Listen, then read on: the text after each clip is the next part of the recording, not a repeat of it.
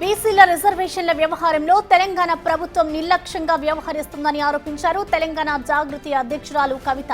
బీసీలను సర్కార్ పట్టించుకోవడం లేదన్న దానికి ఇదే ఓ ఉదాహరణ అని అన్నారామె.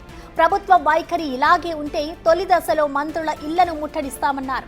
ఆ తర్వాత సీఎం ఇంటిని సైతం ముట్టడిస్తామన్నారు కవిత. ఎక్కడ మాట్లాడిరండి, ఒక్కసారి కూడా కనీసం బీసీల మీటింగ్ రివ్యూ తీసుకోవడం లేదు సీఎం గారు. మేము పదే పదే కోరుతున్నాం. నిన్న కూడా మన తెలంగాణ జాగృతి నుండి కూడా మళ్ళీ చెప్పినాం, మీరు కనుక తక్షణం నిర్ణయం తీసుకోకపోతే ఇక మంత్రుల ఇల్లు ముట్టడించుడు ఉంటుంది ఫస్ట్ ఫేజ్లో. ఇంకా కూడా నిర్ణయం తీసుకోకపోతే ముఖ్యమంత్రి గారి ఇల్లు కూడా ముట్టడించాల్సి వస్తుంది.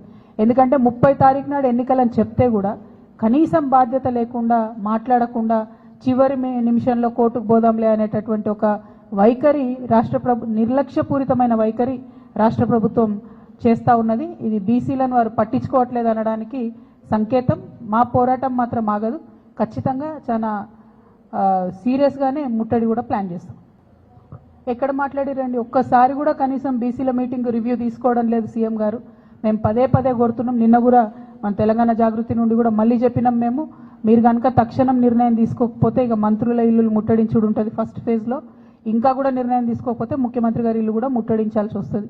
ఎందుకంటే 30 తారీఖు నాడు ఎన్నికలని చెప్తే కూడా కనీసం బాధ్యత లేకుండా మాట్లాడకుండా చివరి నిమిషంలో కోర్టుకు పోదాంలే అనేటటువంటి ఒక వైఖరి నిర్లక్ష్యపూరితమైన వైఖరి రాష్ట్ర ప్రభుత్వం చేస్తూ ఉన్నది. ఇది బీసీలను వారు పట్టించుకోవట్లేదు అనడానికి సంకేతం.